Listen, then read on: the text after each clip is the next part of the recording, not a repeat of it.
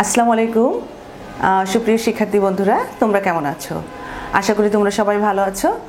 আমি edutubidbo.com এর পক্ষ থেকে নার্গিস সুলতানা, সিনিয়র শিক্ষক Shaheed Bir Uttam lieutenant Anwar girls college, আজকে ক্লাসে তোমাদেরকে আমন্ত্রণ জানাচ্ছি। সুপ্রিয় শিক্ষার্থী বন্ধুরা, আমরা হিসাব বিজ্ঞানের 10ম অধ্যায়ের যেটা খুব ইম্পর্টেন্ট একটা অধ্যায় তোমাদের জন্য, যেখান থেকে 2টা প্রশ্ন তোমাদেরকে অবশ্যই আনসার করতে হয়, সেই অধ্যায়ের সৃজনশীল প্রশ্ন যেগুলো আছে সেগুলো কিন্তু আমরা ধারাবাহিকভাবে তোমাদেরকে দিয়ে যাচ্ছি। ইতিমধ্যে আমি সৃজনশীল 1 এবং 2 তোমাদেরকে দিয়েছি। আজকে আমি তোমাদের সামনে সৃজনশীল 3, যেটা তোমাদের পাঠ্য বই আছে, এই সৃজনশীল 3 নিয়ে আমি তোমাদের সামনে আজকে আছি। এই ভিডিওটার মাধ্যমে তোমরা সৃজনশীল প্রশ্নের যে সমন্বয়গুলো আছে, সেই সমন্বয় বা এই রিলেটেড যে সমন্বয়গুলো আছে সেই সমন্বয়গুলো সম্পর্ক তোমরা জানতে পারবে। এখানে প্রশ্নটা আমরা একটু খেয়াল করি। প্রশ্নটা হচ্ছে যে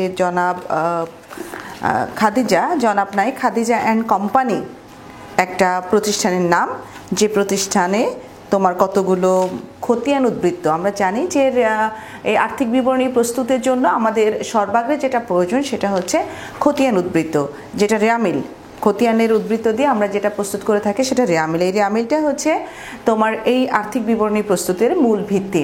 তো এই আর্থিক বিবরণী প্রস্তুতের মূল ভিত্তি যেহেতু রেয়ামিল, এই রেয়ামিলে কতগুলো দফা দেওয়া থাকে এবং এই দফাগুলোর মধ্যে মূলধন জাতীয়, মুনাফা জাতীয়, আয় ব্যয় সব আছে। কিন্তু আরও যে বিষয়গুলো এখানে অন্তর্ভুক্ত করতে হয় সেটা হচ্ছে বছর শেষে সমাপনী মজুদ পণ্য। আরও আছে যেটা এখানে আরও কিছু সমন্বয় আছে, যে বিভিন্ন কারণে কতগুলো লেনদেন লিপিবদ্ধ করা হয় না বা বিভিন্ন কারণে কতগুলো লেনদেন এখানে আসে না, সেই লেনদেনগুলো নিয়েই আমাদের এই খতিয়ান যে উদ্বৃত্তগুলো থাকে এর সাথে সমন্বয় করে একটা বছর শেষে একজন ব্যবসা প্রতিষ্ঠানের মালিক বা একটা ব্যবসা প্রতিষ্ঠান সে কিন্তু লাভ বা ক্ষতির পরিমাণ নিরূপণ করে, কিংবা একটা আর্থিক বিবরণী বা আর্থিক অবস্থা চিত্রটা তুলে ধরে। আর্থিক অবস্থা চিত্র এখানে তোমার একটা প্রতিষ্ঠানের কত সম্পদ আছে, কত দায় দেনা আছে, সব কিছু কিন্তু একজন মালিক জানতে চায় এবং তারই আলোকে একটা বছরের নির্দিষ্ট দিনে, নির্দিষ্ট সময় শেষে, একটা আর্থিক বছর শেষে কিন্তু এই আর্থিক বিবরণী প্রস্তুত করা হয়। তো এখানে প্রশ্ন খতিয়ান উদ্বৃত্তগুলো এখানে আছে তোমাদের পাঠ্য বইয়ে। সৃজনশীল 3 প্রশ্ন। খাদিজা অ্যান্ড কোম্পানি 31শে ডিসেম্বর 2014 তারিখের রেয়ামিলটি নিম্নরূপ। এখানে কতগুলো তোমার রেয়ামিলের দফা দেওয়া আছে। এই রেয়ামিলের দফাগুলোর আলোকে আমরা এখন তোমাদের এই আর্থিক বিবরণীটা প্রস্তুত করে দেখাবো। এখানে কতগুলো সমন্বয় আছে, আমি সমন্বয়গুলো একটু আলোচনা করব তোমাদের সঙ্গে। সমন্বয়টা কি? সমন্বয় হচ্ছে রেয়ামিল বহির্ভূত কতিপয় দফা। সমন্বয়টা হলো রেয়ামিল বহির্ভূত কতিপয় দফা, যেটা আমাদের এই আর্থিক বিবরণী প্রস্তুতের সময় আমাদের কিন্তু এটা লাগে। ঠিক আছে? সমন্বয়গুলো একটু আলোচনা করে নিয়ে তারপরে তোমাদের সামনে আমি অঙ্কটা তুলে ধরব। সমন্বয় এখানে দেখো, প্রথমে আছে সমাপনী মজুদ পণ্য। সমাপনী মজুদ পণ্যটা আসলে কি?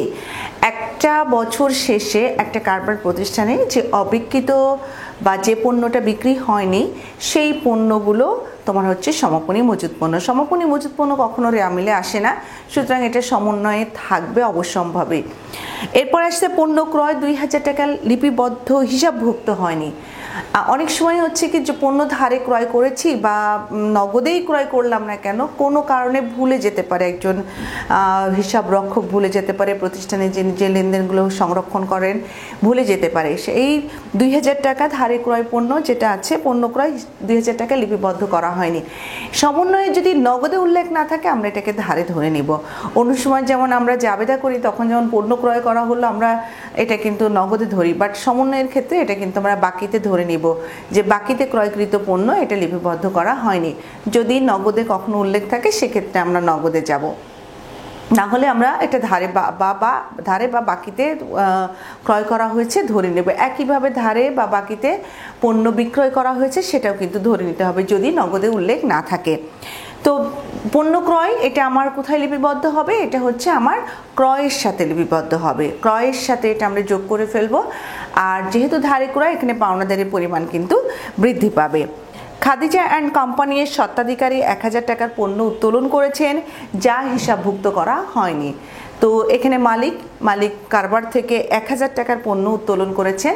তো এটা উত্তোলন করলে অবশ্যই মালিকানা সত্ত্ব হ্রাস পাবে, আর যেহেতু পণ্য উত্তোলন করেছে এটা কিন্তু ক্রয় থেকে বাদ যাবে। আমি সমন্বয়গুলো আগেই তোমাদেরকে বলে দিচ্ছি যে অঙ্ক করার সময় যদি আমি ভুলে করে দিলাম, তুমি হয়তো বুঝতে পারলে না, এ কারণে কিন্তু আগে প্রত্যেকটা সমন্বয় তোমাদের সামনে আমি আলোচনা করে নিচ্ছি। দেনাদারের উপর 5% হারে অনাদায়ী পাওনা সঞ্চিতি ধরতে হবে। এখানে দেনাদারের সঙ্গে অন্য কোনো আর কাজ নাই, সুতরাং দেনাদারের যে টাকাটা তোমার পাঠ্য বইয়ে দেয়া আছে রেওয়া মিলে, ওই রেওয়া মিলে 3 নম্বর যে অঙ্কটায় দেওয়া আছে খতিয়ান উদ্বৃত্ত বা তোমার যে রেওয়া মিলটা প্রস্তুত করে দেওয়া আছে, এখানে দেনাদারের পরিমাণ দেওয়া আছে। এই দেনাদার থেকে 5% টাকা বের করতে হবে এবং এটা দেনাদারের সঙ্গে বাদ যাবে। এবং এখানে তোমার অনাদায়ী পাওনা যদি তোমার থাকে, এখানে অনাদায়ী পাওনা নাই, সো এটা নতুন অনাদায়ী পাওনা সঞ্চিতি হিসাবে আমার এটা বসবে। ঠিক আছে, এখানে পরিচালন ব্যয়ের মধ্যে এটা বসে যাবে। এরপরে আসো বিজ্ঞাপন খরচ 5 বছরের জন্য পরিশোধ করা হয়েছে। বিজ্ঞাপন আমরা জানি বিজ্ঞাপন খরচটা একসঙ্গে করা হয়, কয়েক বছরের জন্য এই সুবিধাটা পাওয়া যায় এবং এই খরচটাকে আমরা যত বছরের জন্য করা হবে আমরা তত দিয়ে ভাগ দেব। যেহেতু এখানে 5 বছরের জন্য করা হয়েছে, আমরা 5 দিয়ে ভাগ দেব, দিয়ে যে বছর 5 ভাগের 1 ভাগ যেটা, সেটা হচ্ছে আমার মুনাফা জাতীয় ব্যয় হিসাবে এটা বসবে, পরিচালন ব্যয় হিসাবে বিশদ আয় বিবরণীতে বসবে। বাকি যে 4 বছরেরটা থাকবে সেটা বিলম্বিত মুনাফা জাতীয় ব্যয় হিসাবে সাময়িকভাবে সম্পদে বসবে। তো আমি প্রত্যেকটা সমন্বয় তোমাদের এখানে আলোচনা করলাম। এবং আসো প্রথম প্রশ্নটা, অপরিচালন আয়ের পরিমাণ কত? আমরা জানি একটা ব্যবসা প্রতিষ্ঠানে পরিচালনার জন্য কিছু ব্যবসা প্রতিষ্ঠান পরিচালনা করে কিছু আয় পাওয়া যায়, যেমন পণ্য বিক্রয় করে আমরা আয় পাচ্ছি, এরকম আছে। তারপরে তোমার পরিচালন আয় আছে, পণ্য বিক্রয় প্রত্যক্ষ আয় হিসাবে আসবে, পরিচালন আয় আছে, কমিশন প্রাপ্তি, বাট্টা প্রাপ্তি, এগুলো আছে। এখন অপরিচালন কিছু আয় আছে যেটা ব্যবসা প্রতিষ্ঠান পরিচালনার সঙ্গে সরাসরি সম্পর্কযুক্ত না, বাট এটা একটু পরোক্ষভাবে ব্যবসা প্রতিষ্ঠানের জন্য আয়। আমরা জানি অনেকগুলো আয় আমাদের আছে, যেমন স্থায়ী সম্পদ যদি আমি বিক্রয় করি, বিক্রয় হতে যে মুনাফাটা পাবো সেটা কিন্তু আমার অপরিচালন আয়। তারপরে বিনিয়োগের সুদ আছে, বিনিয়োগের সুদ হচ্ছে তোমার অপরিচালন। বিনিয়োগ একটা কারবার প্রতিষ্ঠান অন্য কোথাও বিনিয়োগ করতে পারে, সেখান থেকে যে সুদটা পাওয়া যায় সেটা কিন্তু তোমার অপরিচালন আয়।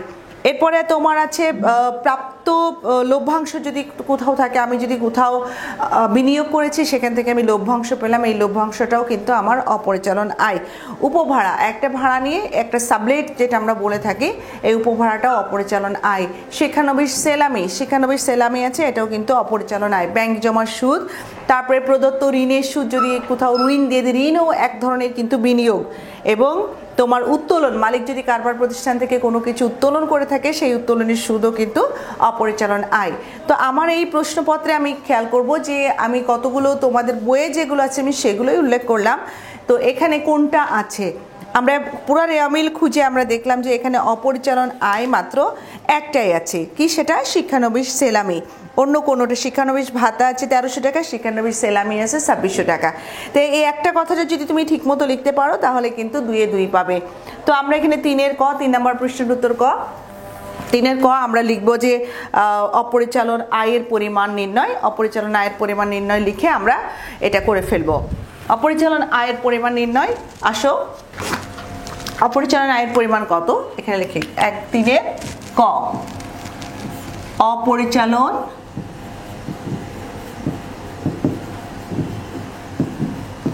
আয়ের পরিমাণ নির্ণয়। আসো অপরিচালন আয় আমরা সরাসরি করে যাই, এখানে বিবরণ টাকা একটাই দেখেছি আমি আছে, সুতরাং আমি একটাই দিলাম, বিবরণ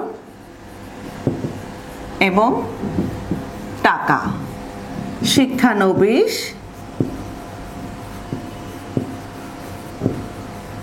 সেলামি কত, 2600 টাকা।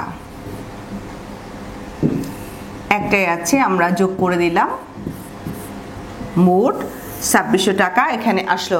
অপরিচালন আয়ের পরিমাণ এখানে কত আসলো, 2600 টাকা। এখন কেউ যদি মনে করো যে আমি যোগটা দেখাবো না, তাও দেখাতে পারো, সমস্যা নেই। যেহেতু একটা আছে 91 সেলামি 2600 টাকা এবং অপরিচালনা আয়ের পরিমাণ 2600 টাকা।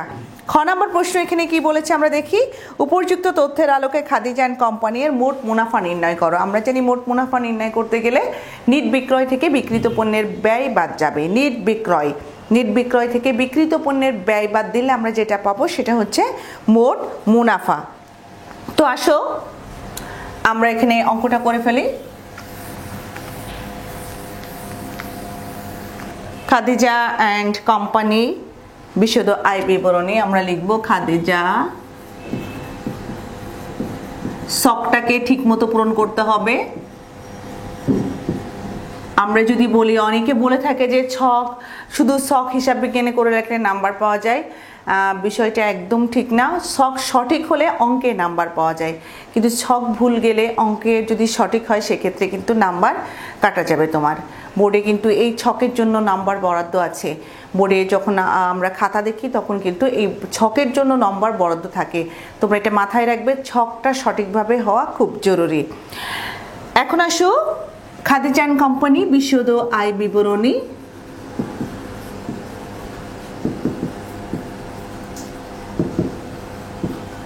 এবং তারিখটা এখানে দেওয়া আছে 2014 সালের 31 ডিসেম্বর তারিখে সমাপ্ত বছরের। 2014 সালের 31 ডিসেম্বর তারিখে সমাপ্ত বছরের জন্য, কথাটা লিখলেও লিখতে পার, না লিখলেও কিছু হবে না, সমাপ্ত বছরের জন্য। এখন আমরা আসি, এখানে আমরা ছক করে ফেলবো। আমরা মোটামুটি যদি সমন্বয় তোমার ক্রয়ের সঙ্গে অনেক বেশি থাকে সেক্ষেত্রে আমরা টাকার ঘর অবশ্যই আমরা 3টা করব, কারণ একটা কলামে আমরা নিট বিক্রয়ের কাজটা করে 3 নাম্বার টাকার ঘরে দিব এবং অন্যান্য খরচগুলো পরিচালন ব্যয়ে তোমার বিক্রিত পণ্যের ব্যয় যখন আমরা নিরূপণ করব, টোটাল বিক্রিত পণ্যের ব্যয় 2 নাম্বার কলামে করব, বাট যেটা সমন্বয়ের কাজ সেটা আমরা 1 নাম্বার কলামে করব। এ কারণে আমাদের টাকার ঘরটা অবশ্যই আমরা 3টা করব। আসো আমরা করে ফেলি। বিবরণ, একটা টাকার ঘর, 2টো টাকার ঘর, এবং এখানে আমি আরেকটা টাকার ঘর রাখলাম। আমি একটু ছোট করে লিখবো, না হলে তোমরা আমার ধরবে না। তোমরা খেয়াল করো, বিবরণ টাকা টাকা টাকা। এখন আসি আমাদের এখানে কি বলছি আগেই, যে বলেছে মোট মুনাফার পরিমাণ নির্ণয়। যেহেতু মোট মুনাফা আমরা নির্ণয় করতে যাব, এখানে কিন্তু আমাদের নিট বিক্রয়ের পরিমাণ নিরূপণ করতে হবে। নিট বিক্রয় নিরূপণ করতে গেলে প্রথমেই আমার এখানে আসবে বিক্রয় কত। বিক্রয় এখানে আছে 1,05,000 এবং এখান থেকে কিন্তু বিক্রয় ফেরত আছে এবং কারবারি বারটা আছে। কারবারি বারটা ডেবিটে যেটা সেটা হচ্ছে বিক্রয় বারটা, একইভাবে ফেরত ডেবিটে যেটা সেটা হচ্ছে বিক্রয় ফেরত। তো আসো আমরা এখানে করে ফেলি বিক্রয় এখানে আছে 1,05,000 টাকা। বিক্রয় আছে 1,05,000 টাকা বাদ ফেরত। এখানে ফেরত কত আছে? বিক্রয় ফেরত আছে 2,000 টাকা। 2,000 টাকা বাদ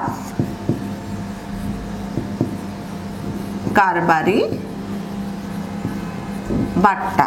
এখানে কারবারি বাট্টার পরিমাণ আছে, কারবারি বাট্টা আছে 1,050 টাকা। 1,050। আমি পুরাটা বিয়োগ করব, আমি ক্যালকুলেটারে পুরাটা বিয়োগ করে আমি এখন লিখে দিব। ক্যালকুলেটারে বিয়োগ করি 1,950 টাকা। যেটা বের হলো সেটা হচ্ছে নিট বিক্রয়। ঠিক আছে, যেটা বের হলো সেটা হচ্ছে নিট বিক্রয়। আবার আমরা নিট বিক্রয়টা কিন্তু এখানেও লিখতে পারি আমরা, এখানে নিট বিক্রয় লিখে নিট বিক্রয় পরিমাণটা বের করে দিলাম, হয়ে গেল। এরপরে বাদ বিক্রিত পণ্যের ব্যয়, সেটাও তোমরা করতে পারো যে নিট বিক্রয়টা এখানে না লিখে এখানে তোমরা নিট বিক্রয় কথাটা লিখতে পারো। অর্থাৎ কারণ কি, আমরা নিট বিক্রয় থেকে বিক্রিত পণ্যের ব্যয় বাদ দিব, আমার যেটা বের হলো নিট বিক্রয়, নিট বিক্রয়। এখন নিট বিক্রয়ের পরিমাণ কত আসলো? 1,01,950 টাকা। আমি দিব বাদ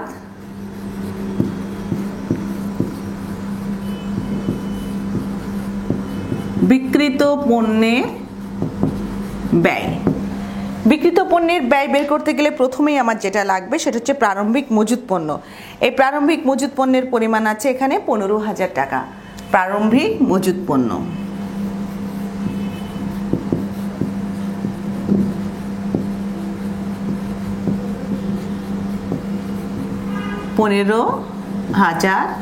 টাকা। এরপরে আসবে ক্রয় এবং ক্রয় সংশ্লিষ্ট প্রত্যক্ষ খরচগুলো। প্রথমে আমরা ক্রয়ের কাজটা করে দেব। আমরা আগেই দেখেছিলাম যে ক্রয়ের সঙ্গে বেশ কিছু সমন্বয় ছিল।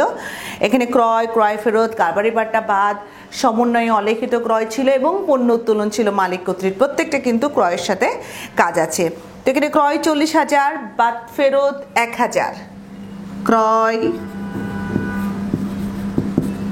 40,000, বাদ ফেরত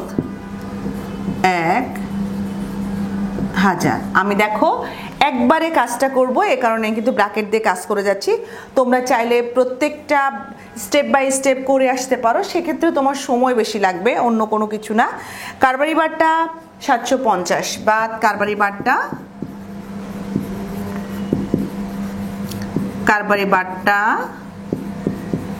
750। এরপরে আছে মালিক কর্তৃক অলিখিত ক্রয়।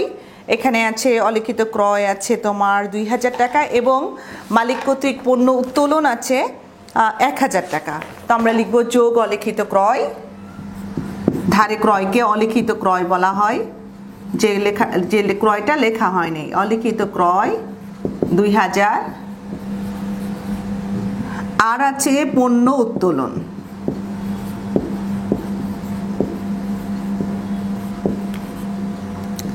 পণ্য উত্তোলন মালিক কর্তৃক, এটা আমরা বাদ দিয়ে দিলাম। এখন আমি ক্যালকুলেটরে পুরো ক্যালকুলেশনটা করব এবং ক্যালকুলেশন করে টোটাল কত আসে সেটা একটু দেখব। ক্যালকুলেশনে আমরা করে ফেলি। 40,000 মাইনাস 1,000 এত, এখানে আসে 39,250 টাকা। 39,250 টাকা। আমরা খেয়াল করি আর কোনো প্রত্যক্ষ খরচ এখানে আছে কিনা। আমরা দেখলাম প্রত্যক্ষ খরচের মধ্যে এখানে আছে পরিবহন খরচ আছে। পরিবহন খরচ এখানে আছে 2,500। হ্যাঁ, পরিবহন খরচ 2,500।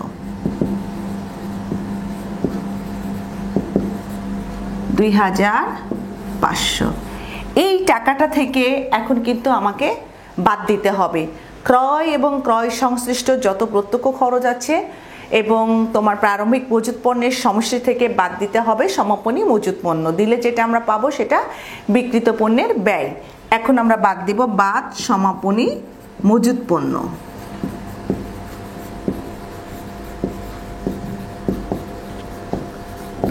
সমাপনী মজুত পণ্যটা, আবারও বলি, সমাপনী মজুত পণ্যটা বাদ দেওয়ার পরে আমরা যেটা পাবো সেটা হচ্ছে বিক্রিত পণ্যের ব্যয় 12,300। 12,300 আমরা বাদ দিলাম এবং বাদ দেওয়ার পরে আমরা ক্যালকুলেশন করে দেখি এটা কত আসে। এটা আসছে 44,450।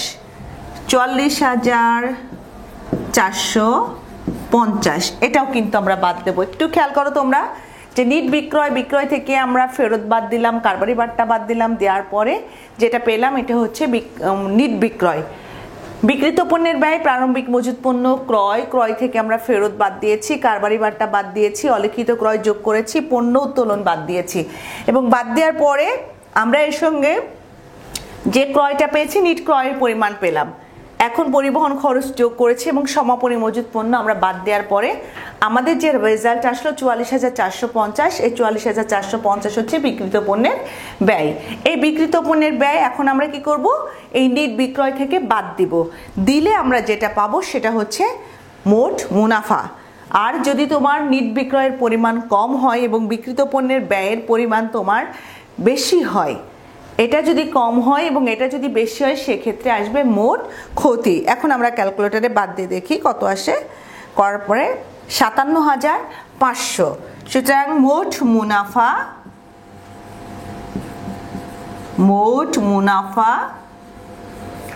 57,500।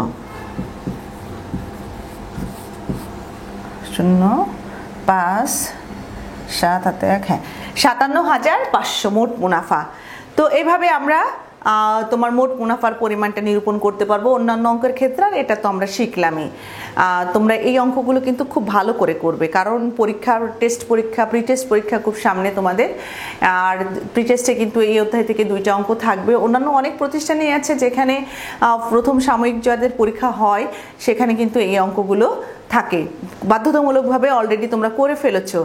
আর যাদের পরীক্ষাগুলো প্রি টেস্ট সামনে পুরা সম্পূর্ণ বই আসবে তখন কিন্তু তোমার বোর্ডের নিয়ম অনুযায়ী প্রশ্ন করা হবে এবং সেক্ষেত্রে এই 10ম অধ্যায় থেকে 2টা অঙ্ক তোমাদের অবশ্যই করতে হবে। এবার তোমরা আসো, আমরা সব শেষে যেটা এখানে করব, বছর শেষে খাদিজান কোম্পানির পরিচালন মুনাফা কত হবে। বছর শেষে খাদিজান কোম্পানির পরিচালন মুনাফা আমরা কিন্তু ইতিমধ্যে মোট মুনাফা পেয়ে গেছি। এখন গ নাম্বার অঙ্কে একইভাবে আমরা করব, যে এখানে বিশদ আয় বিবরণীর পরিমাণ আমরা বিশুদ্ধ আয় বিবরণীর একটা অংশ আমরা করে ফেলেছি, সেখানে আমরা মোট মুনাফার পরিমাণ পেয়েছি। ছকটা আমার একই থাকবে, এখানেও আমার তোমার ওইভাবেই লিখতে হবে যে খাদিজান কোম্পানির বিশুদ্ধ আয় বিবরণী 2014 সালের 31শে ডিসেম্বর তারিখে সমাপ্ত বছরের জন্য, এবং ছকের পরিমাণ যা আছে একই থাকবে, শুধু আমি লেখাগুলো মুছে দিচ্ছি তোমাদের জন্য। এবং এটা যেটা আমরা করব এখন একের গ নাম্বার অঙ্কটা আমরা এখন করছি। খেয়াল করো, আমি সব মুছে দিচ্ছি ভিতরের অংশটুকু, শুধু ছকটুকু রাখছি। তোমরা নতুন করে ছকটা করে নাও এবং অঙ্কটা তোমরা করার চেষ্টা করো। প্রথমেই আমার এখানে যেটা আসবে মোট মুনাফা। মোট মুনাফার পরিমাণ আমরা কিন্তু ইতিমধ্যে পেয়ে গেছি। মোট মুনাফা এখানে ছিল 57,500। আমরা ছকটাকে একটু কেটে নিই, তারপরে আমরা আসবো মোট মুনাফা 57,500।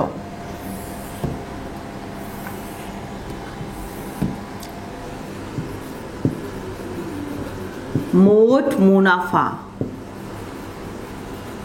এটা আমরা গ হতে পেয়েছি, গ হতে আনিত বা প্রাপ্ত। তোমরা যে কোনো একটা লিখতে পারো, গ হতে প্রাপ্ত বা আনিত, এটা যে কোনো একটা কথা তোমরা লিখতে পারো। যে মোট মুনাফাটা আমরা কিন্তু অ্যাকচুয়ালি পেয়েছি গ থেকে। আমরা কত পেলাম? 57,500। এই মোট মুনাফাটা আমি 57,500 এখানে লিখে দিলাম একবারে। আমরা যদি মোট মুনাফার সাথে কাজ থাকে সেক্ষেত্রে কিন্তু আমরা 2 নম্বর কলামে লিখে 3 নম্বর কলামও দিতে পারি। তো আমরা অঙ্কে দেখলাম যে এখানে বাট্টা প্রাপ্তি আছে। বাট্টা প্রাপ্তি আমরা জানি পরিচালন আয় 57,500। তোমাদের টোটাল যে তোমরা বইয়ে অঙ্ক করবা 10ম অধ্যায়ে, এখানে কিন্তু পরিচালন আয় মাত্র 2টা। আবারও মনে রাখো, পরিচালনায় 2টা, একটা হচ্ছে বাট্টা প্রাপ্তি আর একটা হচ্ছে কমিশন প্রাপ্তি। আবারও বলি, একটা হচ্ছে বাট্টা প্রাপ্তি আর একটা হচ্ছে কমিশন প্রাপ্তি। তো আসো আমরা এখানে যোগ করব, যোগ পরিচালন আয়, যোগ পরিচালন আয়। পরিচালন আয়টা কি আছে? বাট্টা প্রাপ্তি। বাট্টা প্রাপ্তি আমরা যোগ করব। বাট্টা প্রাপ্তির পরিমাণ এখানে আছে 1000 টাকা। বাট্টা প্রাপ্তি আছে এখানে 1000 টাকা। আমরা এই 57,500 সঙ্গে বাট্টা প্রাপ্তি যেটা আছে সেটা আমরা যোগ করে দিচ্ছি। বাট্টা প্রাপ্তি 1000 টাকা যোগ করে আমরা 2 নম্বর কলামে দিয়ে দিলাম, 3 নম্বর কলামে 58,500। এখন আমরা বাদ দেব পরিচালন ব্যয়, বাদ পরিচালন ব্যয়, বাদ পরিচালন ব্যয়। তোমরা এইভাবে চিহ্ন না দিয়ে কিন্তু ব্যাঘাত দ বাদ কথাটাও দিতে পারো, ইচ্ছা তোমাদের। তোমরা যেটাই করবে একদম স্পষ্টভাবে কিন্তু তোমাদের লিখতে হবে। এখানে আমরা এখন দেখি যে পরিচালন ব্যয় আমাদের কি কি আছে। যদি কোনোটার সঙ্গে সমন্বয় থাকে সেটা আমরা করব, আর সমন্বয় না থাকলে সবগুলো আমরা 2 নাম্বার কলামে দিয়ে দিব। প্রথমে দেখি বেতন আছে 5,000 টাকা, বেতন 5,000 টাকা, বিমা প্রিমিয়াম 750 টাকা। বেতন 5,000, আমরা 2 নাম্বার কলামে চলে যাব, আগেই বলেছি। বেতন 5,000, বিমা প্রিমিয়াম 750, বিমা প্রিমিয়াম 750 টাকা। এই দুইটার কোনোটার সঙ্গে কিন্তু সমন্বয় নাই, যেহেতু সমন্বয় নয় সুতরাং সরাসরি আমরা এটা 2 নাম্বার কলামে কিন্তু লিখে দিচ্ছি। এবার আসো, এরপরে আসছে কি কি আমরা দেখি। আমাদের কারবারি বাট্টা চলে গেছে, আমাদের কারবারি বাট্টা কিন্তু ক্রয় বিক্রয়ের সাথে বাদ গেছে। পরিবহন ও প্রত্যক্ষ খরচ চলে গেছে। বিজ্ঞাপন খরচ, এবং আমরা জানি যে বিজ্ঞাপন খরচের সঙ্গে কিন্তু সমন্বয় আছে। বিজ্ঞাপন খরচের সাথে কি আছে? সমন্বয় আছে। বিজ্ঞাপনটা তোমার 5 বছরের জন্য, খুব ভালো করে খেয়াল করো, বিজ্ঞাপন 2,750 টাকা। বিজ্ঞাপন আছে 2,750 টাকা। বিজ্ঞাপন যেহেতু সমন্বয় আছে আমরা অবশ্যই এটা প্রথম কলামে লিখব। বিজ্ঞাপন 2,750 টাকা। এই 2,750 টাকা যে বিজ্ঞাপনটা আছে এটা কিন্তু 5 বছরের জন্য। আবারও বলি, এটা 5 বছরের জন্য। আমরা এটাকে ভাগ করব 2,750 ভাগ 5 ইকুয়াল টু যে রেজাল্টটা পাচ্ছি এটা আমরা বসাবো 2 নাম্বার কলামে। খেয়াল করো তোমরা, আমরা বিজ্ঞাপনকে 5 দিয়ে ভাগ করার পরে পেয়েছি 550 টাকা। 1 বছরেরটা পেলাম, চলতি বছরের অংশটা কিন্তু আমরা পেয়ে গেছি। আবারও খেয়াল করো, চলতি বছরের অংশটা কিন্তু আমরা পেয়ে গেছি। তাহলে বাকি যেটা আছে সেটা বিলম্বিত, আগামী 4 বছরের জন্য। এই যে 5 দিয়ে ভাগ করে 550 টাকা পেলাম, এবার এটাকে 4 দিয়ে গুণ করে ফেলো। কেন 4 দিয়ে গুণ করবে? কারণ 1 বছরেরটা অবলোপন হয়ে গেছে। চলতি বছরের অংশটাকে বলা হয় অবলোপন, এবং আগামী বছরগুলোর জন্য যেটা থাকে সেটাকে বলা হয় বিলম্বিত। তো আমরা এখানে লিখব বাদ বিলম্বিত। বিজ্ঞাপন হচ্ছে বিলম্বিত মুনাফা জাতীয় ব্যয়, বাদ দিলে হলো 2200 টাকা, এবং দেখো বিয়োগ করলে 550 টাকা আসছে। আর এখানে কোনো কিছু আছে কিনা একটু দেখি। আর একটা আছে, দেনাদারের উপর 5% সঞ্চিতি ধরতে হবে। তো অনাদায়ী পাওনা সঞ্চিতি ধরতে হবে। এখানে দেনাদারের পরিমাণ যা আছে আমরা ওর সঙ্গে অনাদায়ী পাওনা সঞ্চিতির পরিমাণটা বের করে ফেলে দিই। 5% সঞ্চিতি ধরবো দেনাদারের উপরে। দেনাদারের পরিমাণ আছে এখানে 40,000 টাকা। 40,000 টাকা